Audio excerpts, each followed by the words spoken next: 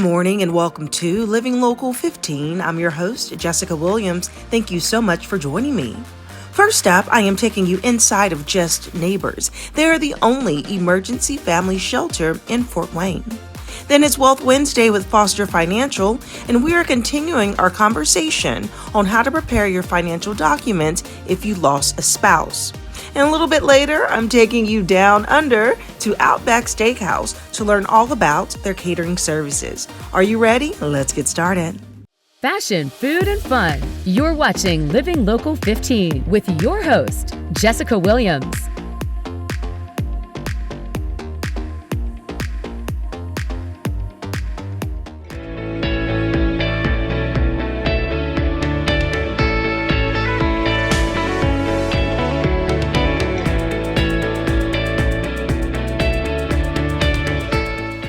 I am here at Just Neighbors, which is the only emergency family shelter here in Fort Wayne. They provide that safety and shelter for full families who need it most. And today I'm going to speak with their executive director to learn more about their facility and the programs that they offer. Let's do it.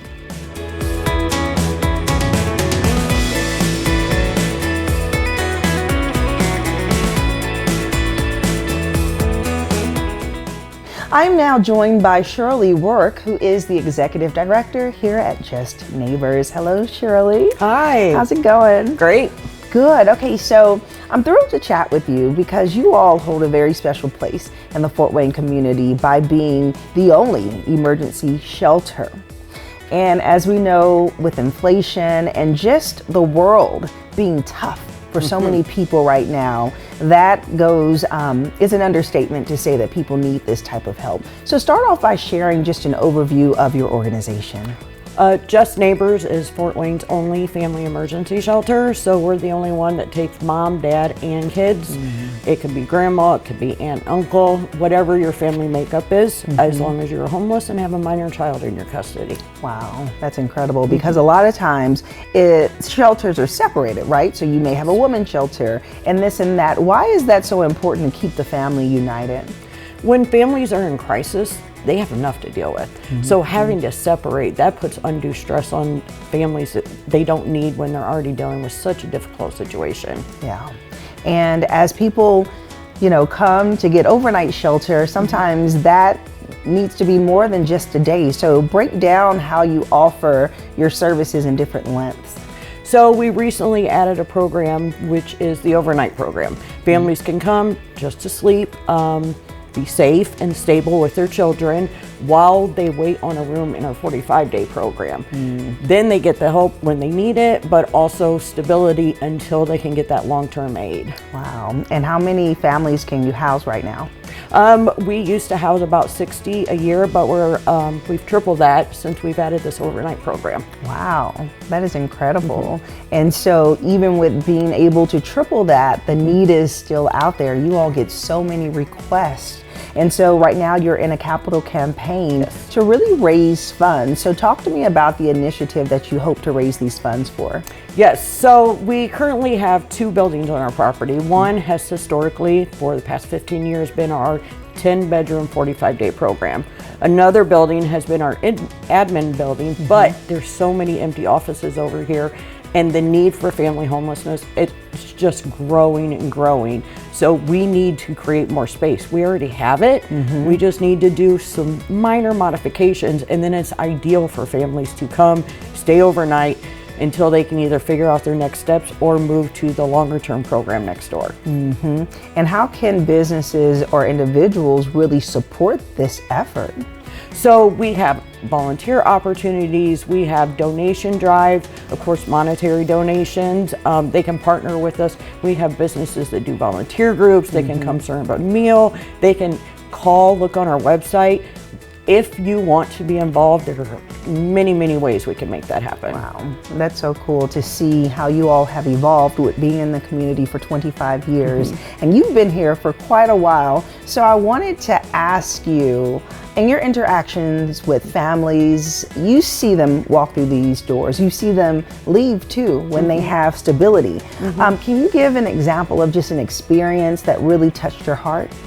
So oftentimes families, the reason that they end up here is one minor thing happens in their life. Car breaks down, a huge gas bill might happen, some minor thing that then snowballs out of control, and they don't have the support network that some of us are blessed to have. So when a hard time happens and they don't have that support network, they end up here. We had a mom come in with her 2 young boys and crying, upset. Of course, you're entering a shelter, this very scary situation. When I showed them the bedroom, which is simple, it's 2 metal bunk beds and 1 dresser.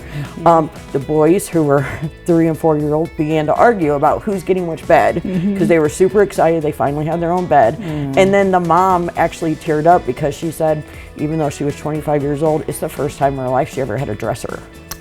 Oh, wow. So that really touched me to things that I think we're giving the minimum, but to her it was something huge, you know? And to those kids, they don't know it's a shelter. They think, ooh, we got friends here, there's new people to meet, we each get our own bed, this is exciting. Right. So I'm glad to be able to offer that stable, safe environment to where it's excitement to be here for the kids and they don't really know or understand the trauma that this experience actually is. Right.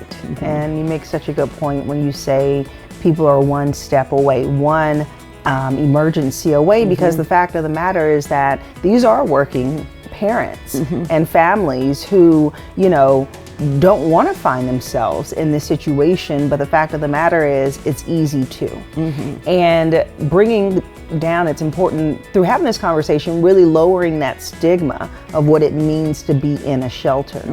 And I think you all do that in another way by offering more than just a place to sleep and to eat. You have different programs and some leadership and educational resources, right? Yes. Tell me about So them, while please. families are in the program, they work with a case manager, and the case manager works with them, 1, to find out what led you here. Has that problem been resolved? But 2, what can we do to connect you to resources in the community so no matter what stumbling block happens in the future, it doesn't lead you back here. Right. So do you need college education? Do you need more job skills? Do you just need stable transportation or stable childcare? What do you need to become stable and remain stable? Yes. Oh, that's so good. That's so good. Well, if people want to learn more about your program, both how to get in contact with you or if they want to support your capital campaign, how can they go about doing so? They can visit our website at ihnfamily.org. On there, it explains more about our various programs, our fundraising efforts, and as well as our history and our future. Yeah. Well, thank you so much, Shirley, for talking to me and the important work that you're doing. Thank you. Thank you. And if you would like more information about Just Neighbors, we'll have their website listed below, and I'll see you after the break. Have an idea for the show? Want to find out how you can be a guest? Contact us at livinglocal15@wayne.com.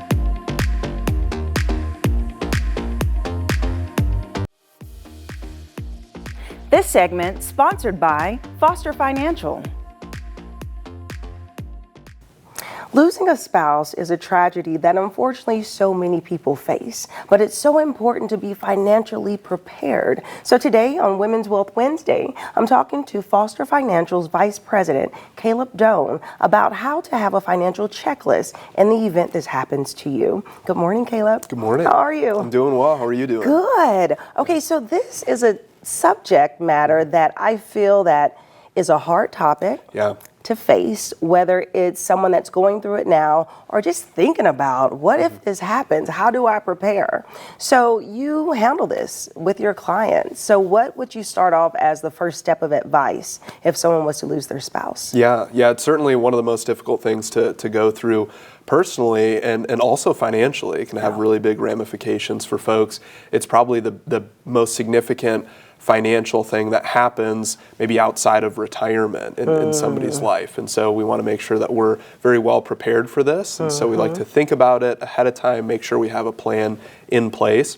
So we'll spend a couple weeks talking about this. Okay. I'd say some of the checklist items that we have can be broken out into a few different categories, mainly gathering documents, contacting people, and then taking action. And so today we'll talk about some of the documents that need to be gathered in this situation.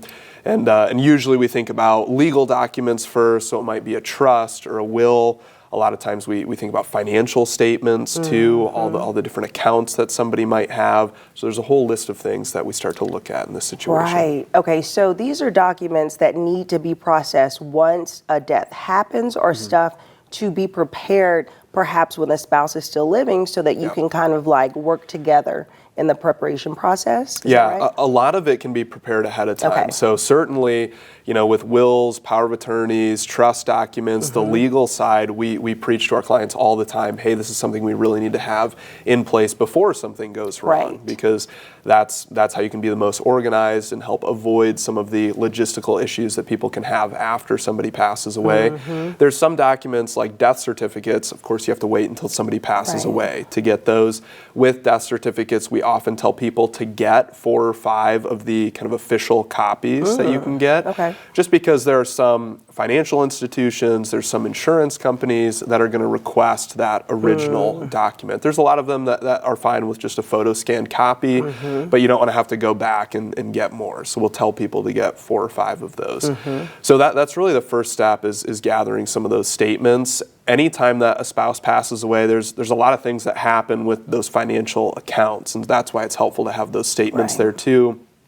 And an IRA might need to get transitioned into the other spouse's account. If there's inherited IRAs, those need to get passed down. Maybe there's joint accounts that both of them are on that we need to transition it over to a single owner. If there's a joint brokerage account, there's a kind of step up in cost basis, is what we call it, that takes effect there that can impact somebody's taxes. So there's a lot of things that these financial documents can kind of kick off in that process.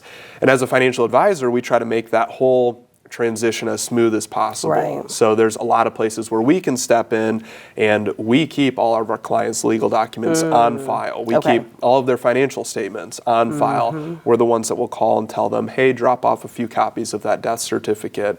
So it can be helpful to have a financial professional who's involved in this process, just so that the client can focus on grieving, they can focus on establishing their new normal moving forward, and not have to worry about some of this logistical stuff. Right. And one of the things that I think about is making sure that the documents, not only collecting them, but making sure that they're in line with who your beneficiary is. I think people will be surprised to know that their beneficiary is not properly being distributed, or they don't have the right person down to receive it. So whether you have a spouse or you have children, making sure that your spouse is your beneficiary, and then making that transition after a death happens to make sure your kids are now listed or someone close to you, right? Yeah, that's exactly right. We like to have primary and contingent beneficiaries listed on all accounts that we manage. Just because if both spouses were to pass away at the same time and you don't have those contingent beneficiaries listed, then all of a sudden there can be ambiguity as to who that account is going to. So we like to make sure all of that's set up.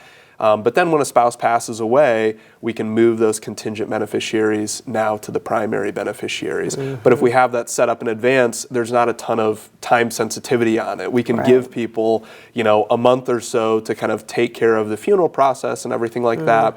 If somebody doesn't have beneficiaries listed properly, a lot of times it's really time sensitive, and we say, hey, we need to get this adjusted right now. So again, a lot of these things are getting stuff set up in advance so that whole process can be as smooth as possible, and someone can just focus on their personal life as opposed to having to focus on their finances. We want to be able to take that off people's plate. Right. And as we're thinking about the checklist aspect of it, okay, so you say trust, will, financial documents. Okay, what else? What if someone doesn't have a trust or a significant amount of money that they're going to be passing along? What are some basic documents that people can start thinking about now? Yeah. Outside of those documents that you mentioned, of course, the death certificates is something that somebody would need, and also just any bills that are coming in the mail. Sometimes we'll see that one spouse is primarily responsible for paying a lot of the bills, writing the checks every month, whatever it might be. And the other spouse might not know all of the recurring things that come in the mail. They might not know that, hey, the utility bill comes on this day from this place. And so keeping an eye out in the mail for those things, or the recurring charges on the credit card is another thing that we help people through.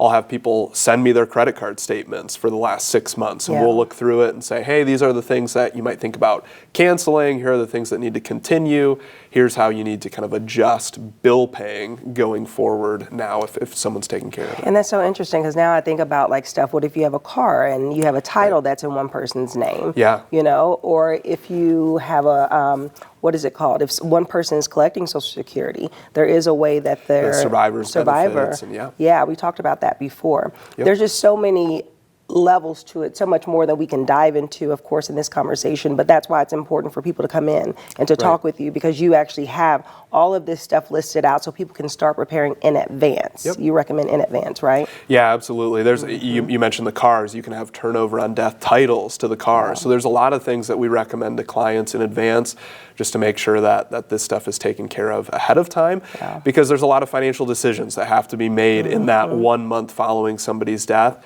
and we want to make sure that no major mistakes are made, just so that people can focus on establishing their new normal and moving on with things. So Okay. This is a hard topic to think about, the possibility of losing your spouse, but it's better to be prepared. So taking these steps with Foster Financial is what we recommend. So their phone number is listed below to start that process, and I look forward to seeing you after the break. This segment sponsored by Foster Financial.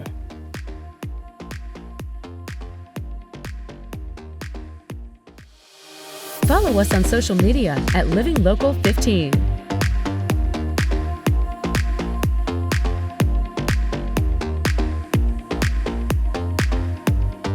Enjoy fun in the sun on Living Local 15. Become a tourist in your own city. Visit your favorite spots and have some fun with me. From kayaking to rappelling off a building, I show you ways to have an adventure in Northeast Indiana every weekday morning at 9 on WANE 15. So join me, Jessica Williams, for Living Local 15. Watch Living Local 15 with Jessica Williams weekdays at 9 on WANE 15, and catch past episodes on WANE.com. This segment sponsored by Outback Steakhouse.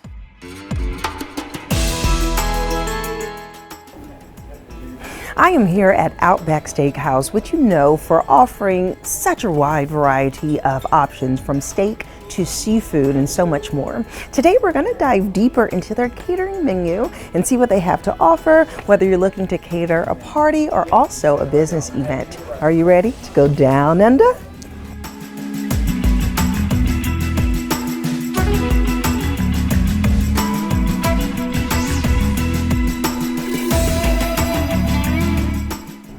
I'm now joined by Mark Niesing, who is the managing partner here at Outback Steakhouse. Hey there, Mark. Hello. How's it going? Good, good. Good. Okay, so this is a popular restaurant that has been around for quite a while. Absolutely. But yet you're still innovative and evolving into new things that you are offering. So start off by giving us a little background about the cuisine that you offer here. Yeah, absolutely. So we are a steakhouse, known obviously for steaks. We have sirloins, we have fillets, we have ribeyes, everything that's great at a steakhouse, we're here serving that, along with great seafood options, and then we're also known for some great desserts. Okay, what's your favorite dessert? We have a chocolate thunder. It's a brownie with ice cream, chocolate sauce. Can't go wrong. Yeah, and of course people love the blooming onion. Blooming onion is our signature that, item. yeah. Absolutely. And then so as you offer items for lunch and dinner for individuals, you actually offer catering services. A lot of people may not have known that. Yeah, absolutely. So catering's something new a little bit here with Outback. And we offer two different kinds of caterings. We have the full buffet where you can do full setup and walk through. Okay. We also do individual boxes, so where each person can kind of order their own individual thing. Great for groups, anything larger than 10. And there's really no size too big. We can make anything happen for you. Wow, and it's kind of cool because you don't really think about taking a personal entree and then duplicating it for the masses. And that's what your menu really entails. You have all of the options that people enjoy daily on that catering menu. Yeah, 100%, especially when we look at those individual boxes. we can definitely cater any individual item to your office party or anything like that. Yeah, I mean, that's so great. And everyone gets steak for you, steak for you. And so what is like one of the most popular dishes that people use or really gravitate towards when it comes to catering? Yeah, absolutely. Obviously, we're known for our sirloin. That's always going to be the number one favorite. I think the second favorite probably would be our Alice Springs chicken. Okay. It's a grilled chicken breast with honey mustard, some melted cheese, some bacon, and some mushrooms on there. Definitely probably second choice for a lot of people. So, Well, you're making me hungry, Mark. absolutely. And then it comes in different sizes, as you said, no size too big. And what is the turnaround time? Like, how do people go about placing that order in advance? Yeah, absolutely. So you can go to outback.com if you wanted to place your order through there, or feel free to give us a call here at the store, and we will be happy to take that order.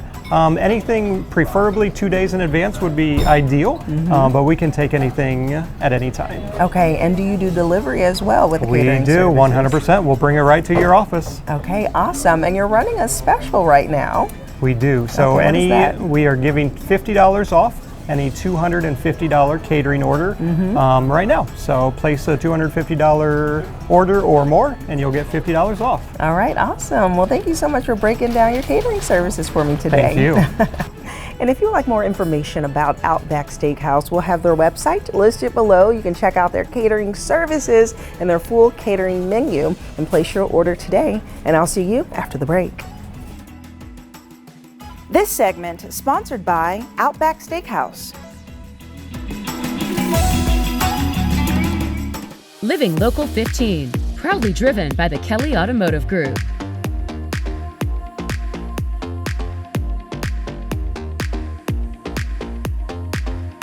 Go to the Living Local 15 page on WANE.com for recipes from the show, to watch a segment again, and to get information on products and services featured on Living Local 15.